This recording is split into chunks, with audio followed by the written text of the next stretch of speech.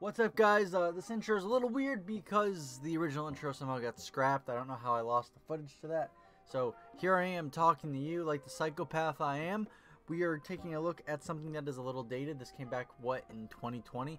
This is the 501st LEGO Star Wars Battle Pack. I finally got it. I finally grew some hair on my balls, and I purchased it alongside with some other sets that I will be reviewing. So let's get into it.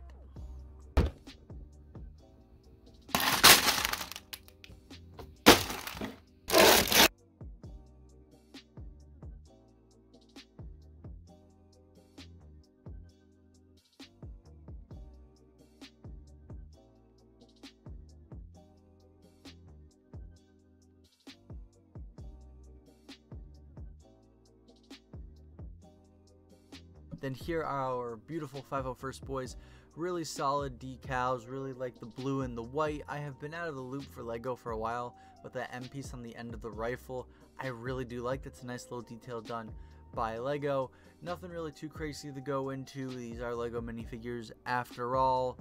There's nothing crazy like a NECA figure or a Jazzwares figure. Here is our 501st Flyboy. I really like the details.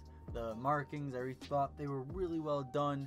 The only thing I do have kind of a complaint about is the jetpack. It is a little distracting just how it's a solid blue, but overall I cannot complain because I think this is LEGO's first 501st Flyboy.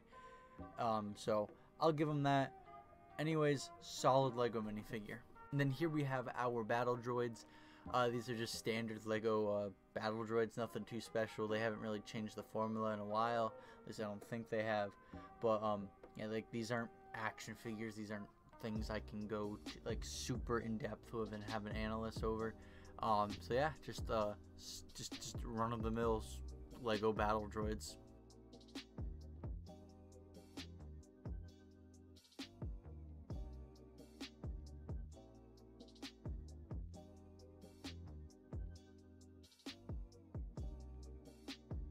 So here is our 501st Speeder. I am kind of mixed when it comes to this because there's things I do and don't like about it.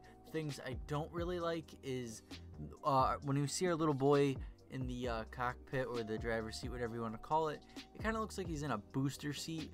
It looks like he can just also fall off very easily. It doesn't really, I know speeders are fast and very dangerous vehicles within the Star Wars universe, but like it just kind of feels like he could fall out very easily because how lifted the seat is. The stud blasters are a little distracting, but I understand they're there for playability, so I'm not going to hate on them too much. And that's really all I have for complaints for the speeder. Things I do like, the back blasters are just two blasters with lightsaber hilts.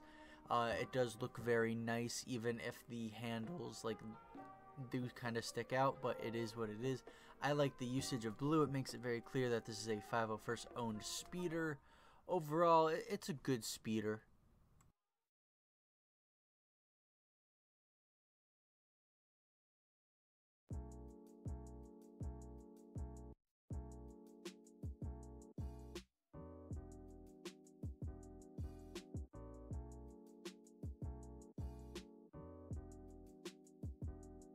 And then here we have a look at the 501st ATRT, and the reason why I don't have it on the turntable is because there is articulation and just some mechanics that I really wanted to show off via using my man hands. But you can see there's armor platings that were in the front that could move.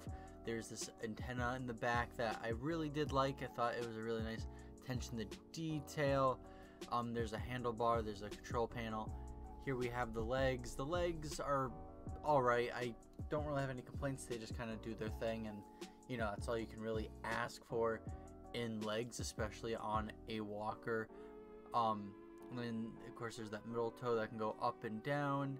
You can also straighten out the legs if you were, you know, so inclined.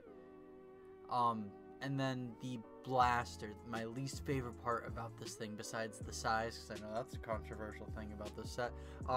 The blaster just kind of looks funny because it's a stud blaster rather than being this long thin blaster that the ATRT usually does have. So looking at the ATRT on the turntable, I really do like the usage of blue that is put into this walker. It really does make you feel like it is a part of the 501st, and the stickers do add that level of personalization, that character to the walker.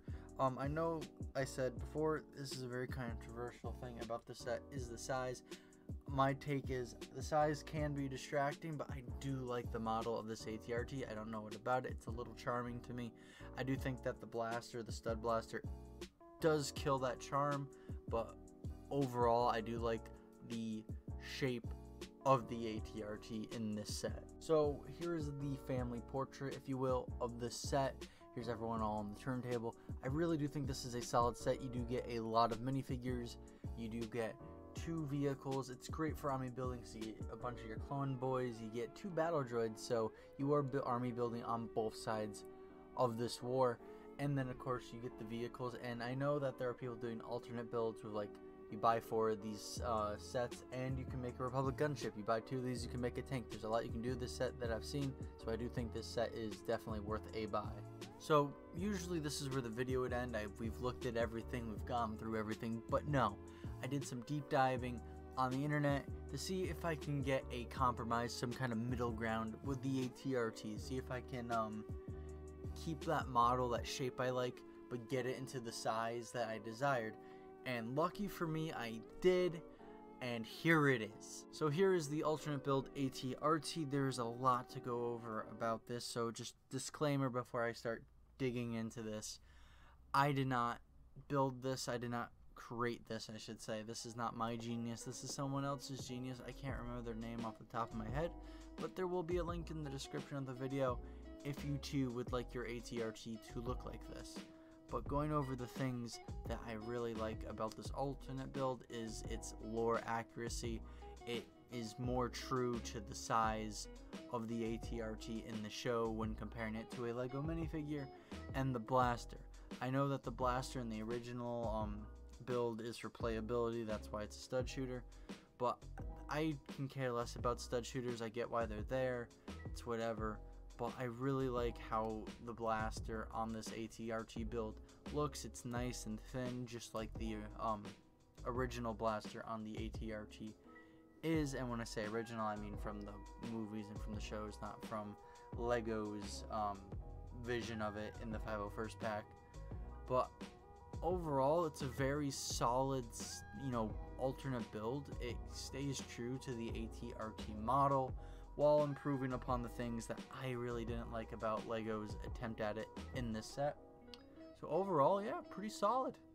So after doing the alternate build for the ATRT, I did find out that the same guy did an alternate build for the Speeder, and I said, fuck it, I might as well take a look. And I just, being realistic, it's just a more shorter, condensed version of the Speeder, which is, there's nothing wrong with that. I do actually like it more.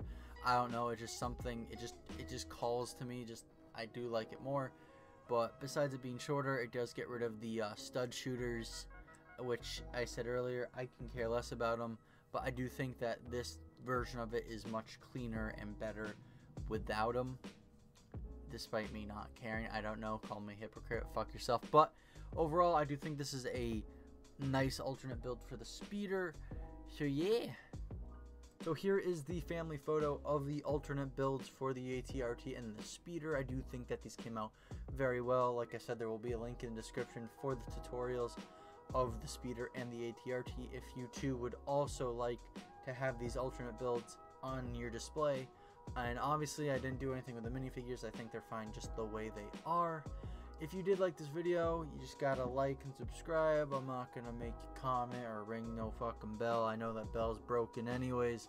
But I really don't do Lego. I think the first Lego video I did was the Mando Microfighter, and that was more of a shit post, where this was more of an actual look into the set. I know the set is kind of old, but I did recently pick it up, like I said before, and I really do like it. And I do like making these videos despite my uploads taking longer than usual. I know when I first came back and started doing toy stuff, I was uploading probably once or twice a week, where I'm doing probably once a week, once every 2 weeks. It's just, I'm a college student, I work, and I'm on spring break, so I had time to actually work on the video. Recording, I can do whenever. Recording's very easy for me. It's more of the editing process that takes up the bulk of my time on YouTube. but I'm ranting, whatever. But I hope you enjoyed, and I'll see you in another one.